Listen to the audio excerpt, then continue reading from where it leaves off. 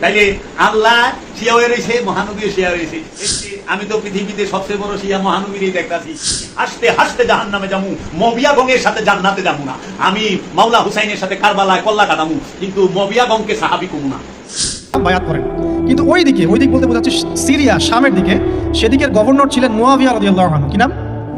মুয়াবিয়া রাদিয়াল্লাহু আনহু। তিনিও কিন্তু একজন বড় মাপের সাহাবী। ঠিক আছে? গোটা বিশ্বের সব সারেন্ডার করে একজন সত্তার কাছে চিল্লায় বলেন তিনি কে? মুসলিম মানে হচ্ছে যে সারেন্ডার করে। আল ইসলাম মানে সারেন্ডার করা, আত্মসমর্পণ করা। কার কাছে? পুলিশের কাছে?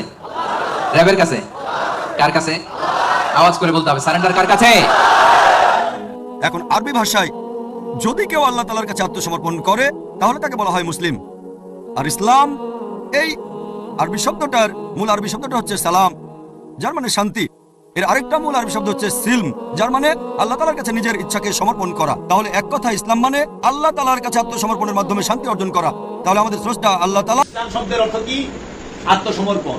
মুসলমান শব্দের অর্থ আত্মসমর্পণকারী। তাহলে আল্লাহ কইল, তোমাদের জন্য ইসলামকে দিন হিসাবে পছন্দ করিলাম। তোমাদের জন্য ইসলামকে, ইসলাম মানে আত্মসমর্পণ।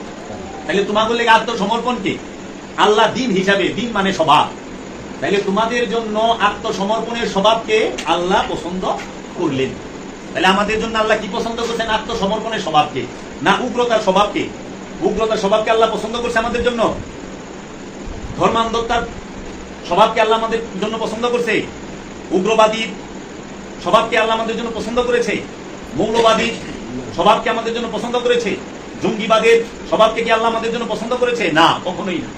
আল্লাহ আমাদের জন্য পছন্দ করেছে দিন হিসাবে ইসলামকে। ইসলাম অর্থ আত্মসমর্পণ, দিন অর্থ স্বভাব।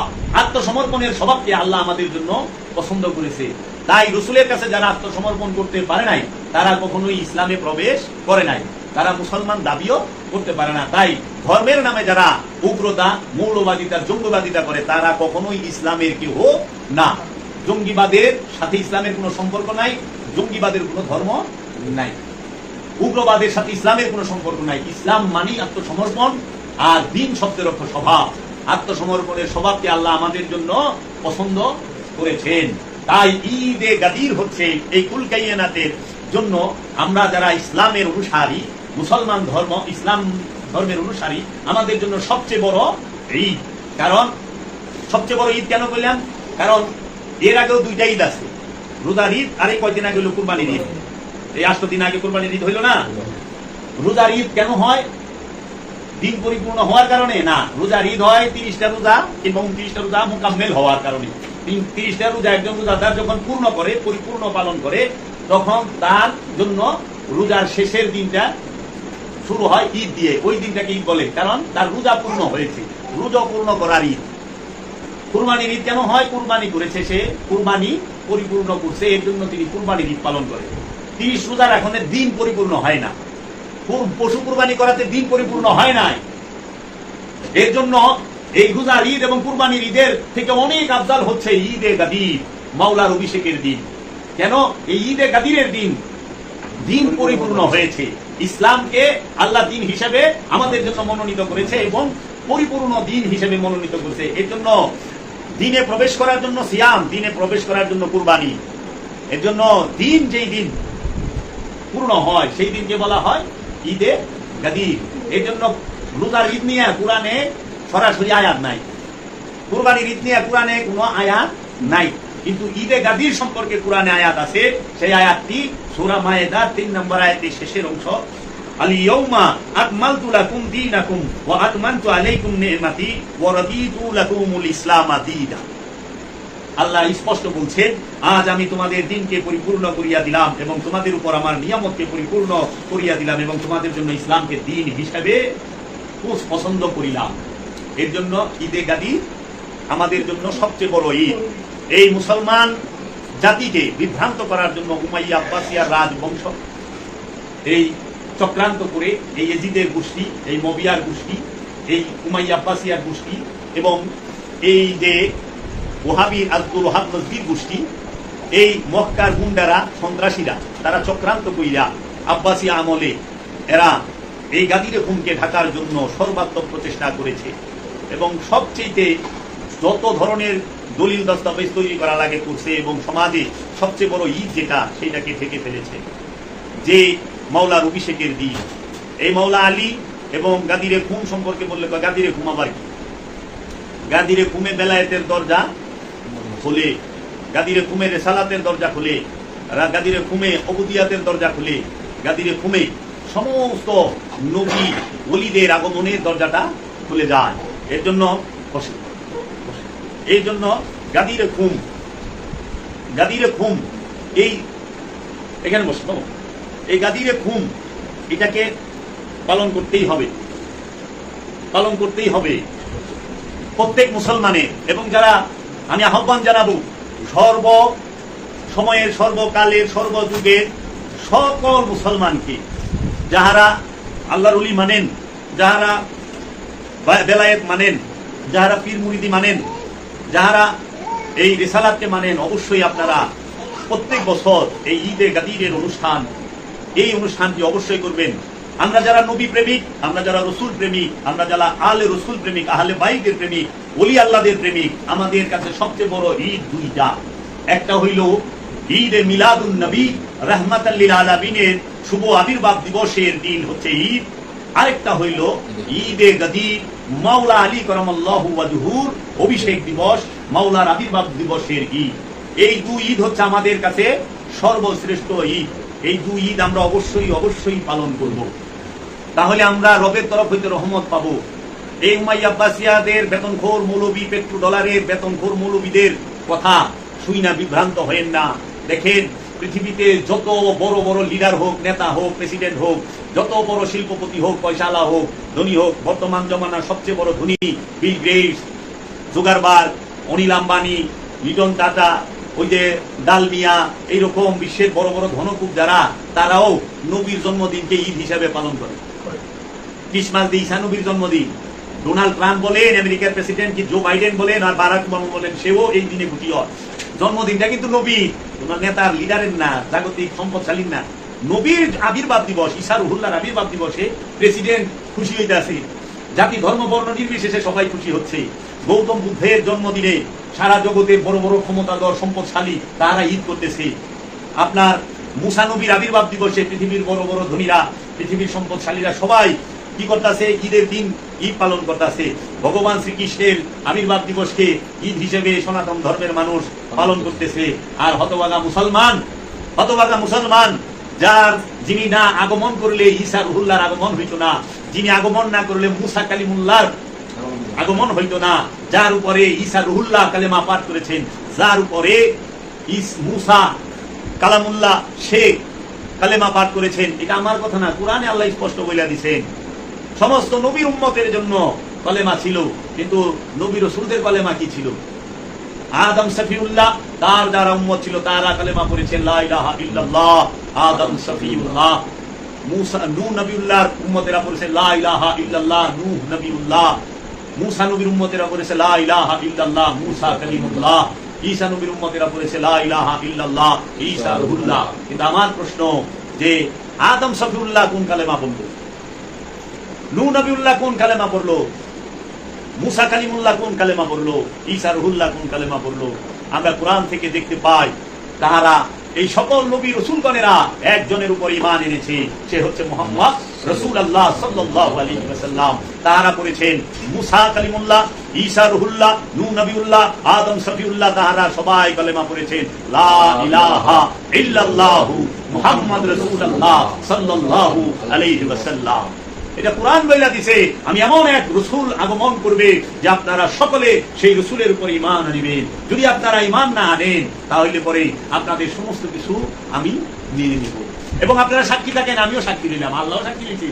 সমস্ত নবী রাসূল ওলিয়া উলিয়া সবার ঈমান আনতে হবে রাসূলের উপরে, মুহাম্মদ সাল্লাল্লাহু আলাইহি ওয়াসাল্লামের উপরে। কোরআন দলিল দেয়া দিছে, দলিল না জানলে আমার কাছে আইলে আমি একটু কোরআন থেকে দেখায় দেব যে দেখ কোরআনে আল্লাহ কি কইছে। এর জন্য আল্লাহ রাব্বুল আলামিন মহানবীর শান মানকে সর্বশ্রেষ্ঠ মর্যাদার কোরআনই কইরা দিয়েছে। ওয়াহাবি গিলারে গোপন করে, সালাফি গিলারে ঢাকে। সালাফি ওয়াহাবি খারিজিরা আল্লাহর রাসূলকে মানুষ, সাধারণ মানুষ প্রমাণ করতে চায়। নাউযুবিল্লাহি মিন যালিক। আল্লাহর হাবিবের আগমন না হইলে এইরকম মুলুবিরা টুপি দাঁড়িয়ে রাইখা জুলুম করা পারতো না, কোরআনের অনুবাদ ভুল করতে পারতো না, কোরআনের অপব্যাখ্যা করতো না, এবং হাদিস লেখা রসুলের সম্মানকে ঘাটাইতে পারতো না। অনেক টুকাইনা হাদিস আছে আব্বাসী আমলে, ওইদিকে আমি আজকে যাবো না, আজকে ঈদের দিন। এই জন্য আমরা পড়বো নারায়ে তাকবীর, আল্লাহু আকবার, নারায়ে রিসালাত, ইয়া রাসূলুল্লাহ, নারায়ে হায়দারি, ইয়া আলী মুশকিল কুশা মাওলা আলী, নারায়ে গাউসিয়া, ইয়া গৌসে পাক, নারায়ে জাহাঙ্গীর, দয়াল সুরেশ্বরী, নারায়ে সুরেশ্বরী, দয়াল বাবা জাহাঙ্গীর। আমার মুর্শিদ সব সময় বলেছেন, বাবা গো, আল্লাহ তার হাবিবকে ভালোবেসেছেন। কোরআনে আল্লাহ বইলা দিছে যে আমি আমার হাবিবকে ভালোবাসি, মহব্বত করি। আমার হাবিব আমার মাসুক, আমি আমার হাবিবের আশিক। আল্লাহ হাবিবের দিকে তাকায় থাকে, রাহমাতাল লিল আলামিনের দিকে তাকায় থাকে।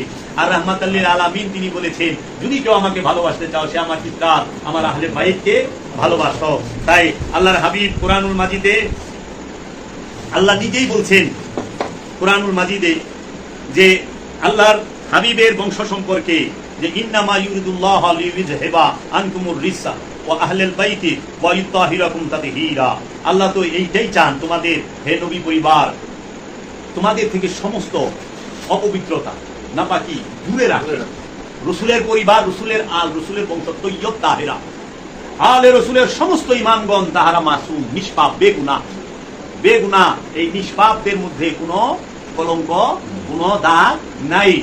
যে মোল্লা মুন্সিরা আল্লাহর রাসূলের বংশের স্বভাব চরিত্রের মধ্যে দাগ এবং কলঙ্ক দিতে চায়, তারা জগতে ধ্বংস হয়ে গেছে, ধ্বংস প্রাপ্ত, তাদেরকে আল্লাহ ধ্বংস কইরা দিছে। তাই আল্লাহ বলছেন, আল্লাহর হাবিব বলছেন তার উম্মতের কাছে, কুল্লা আসআলুকুম আলাইহি আজরান ইল্লাল মাওয়াদ্দাতা ফিল কুরবা। আমি তো তোমাদের কাছে কিছুই চাই না, একটা জিনিস চাই শুধু, আমার কুরবাত যারা, আমার নিকটবর্তী যারা, আমার আল যারা, আমার বংশ যারা, তাদেরকে তোমরা মজবুত কইরা ধরে রেখো, মহব্বত কইরো।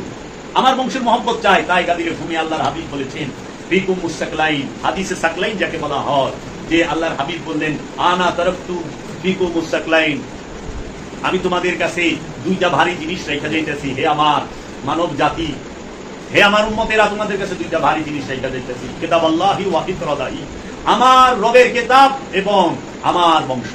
রবের কিতাব, আমার কিতাব এবং বংশ, এই দুইটাকে মজবুত করে ধরো, শক্তভাবে ধরো, দৃঢ়ভাবে ধরো। জীবনে হে মানব জাতি, হে মুসলমান জাতি পথভ্রষ্ট হবে না, বিপদগামী হবে না, তোমাদেরকে কেউ পরাজয় করাইতে পারবে না, তোমরা সব জায়গায় বিজয়ী হইবা।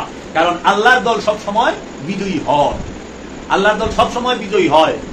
এর জন্য এখন মুসলমান জাতি আল্লাহর যে রাসূলের যে কিতাব, মাওলা কারীম আলী কারামাল্লাহু ওয়াজহু, এবং রাসূলের বংশ এবং সমস্ত ওলি আল্লাহরা হচ্ছে নূরি কিতাব, রাসূলের হাকিকি কিতাব, এই কিতাবকেও শক্তভাবে ধরে তো নাই, শক্তভাবে দমন করছে। এবং নবীর বংশকে এই উম্মতরা এবং এই মুসলমান জাতিরা সকলে শক্তভাবে ধরতে পারলো না, একটা অংশ শক্তভাবে দমন করলো। নাইলে রাসূলের উম্মতের মধ্যে একটা দল যারা রাসূলের হাতে বায়াত হইছে, রাসূলের কাছে মুরিদ হইছে, রাসূলের কাছে কলমা পড়ছে, তারাই রাসূলের সন্তান আওলাদকে কল্লা কাটছে, কুবায়া কাটছে, কাটছে না? কারবালায় কি কোনো হিন্দু, বৌদ্ধ, ইহুদি, খ্রিস্টানে রাসূলের বংশ কুবায়া কাটছে না?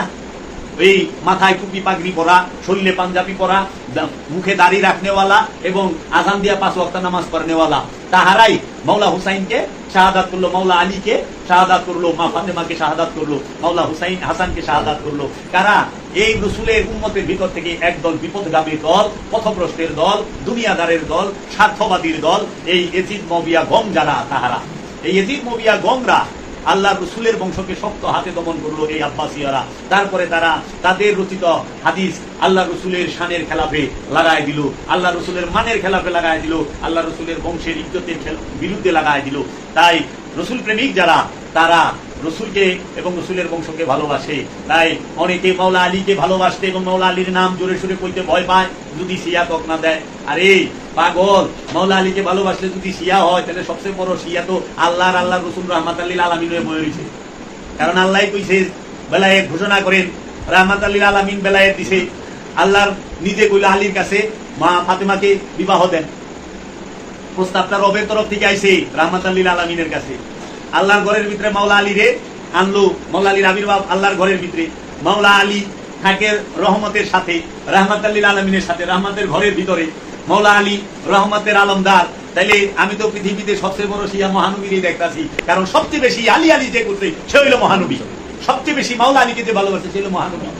আর মহানবী কইছে আমার বংশরে ভালোবাসো, তে পাক পাঞ্জাতন আহলে বাইতকে ভালোবাসলে, মাওলা আলী মা ফাতেমাকে ভালোবাসলে যদি শিয়া হয়, তাইলে আল্লাহ শিয়া হয়ে রয়েছে, মহানবীও শিয়া হয়েছে। এর সাথে আমি মিলাই কইতে পারি, ইমাম আবু হানিফা বলছে যদি মাওলা আলীকে এবং পাক পাঞ্জাতনকে আহলে বাইতকে ভালোবাসলে শিয়া উপবাদ দিতে হয়, তাহলে ইমাম আবু হানিফার থেকে বড় শিয়া জগতে নাই। ইমাম শাফি তিনিও বলেছেন এই কথা, যদি মাওলা আলীকে এবং পাক পাঞ্জাতনকে এবং আহলে বাইতকে ভালোবাসলে শিয়া হইতে হয়, তাহলে আমি ইমাম শাফি থেকে বড় শিয়া জগতে নাই। এবং আমার দয়াল মুর্শিদ কালান্দার বাবা জাহাঙ্গীর বা ইমান আল সুরেশ্বরী তার কিতাবে লিখছে, যদি আল্লাহর হাবিব রাহমাতাল লিল আলামিন মুহাম্মদ সাল্লাল্লাহু আলাইহি ওয়াসাল্লামকে ভালোবাসতে গিয়ে আল্লাহর হাবিবের খলিফা, আল্লাহর হাবিবের মনোনীত মাওলা মাওলা আলী কারামাল্লাহু ওয়াজহুকে মহব্বত করার কারণে, আহলে বায়াত পাক পাঞ্জাতনকে মহব্বত করার কারণে, আর নবীর বংশকে মহব্বত করার কারণে যদি শিয়া অপবাদ দিতে হয়, আমি কাঁধে তুলে নিলাম, জগতে আমার থেকে বড় শিয়া নাই। আমি যাবেরও তাই কইলাম, আমি হাসতে হাসতে জাহান্নামে যামু, মবিয়া গঙ্গের সাথে জান্নাতে যাবো না। আমি মাওলা হুসাইনের সাথে কারবালায় কল্লা কাটামু, কিন্তু মবিয়া গঙ্গকে সাহাবি কমু না।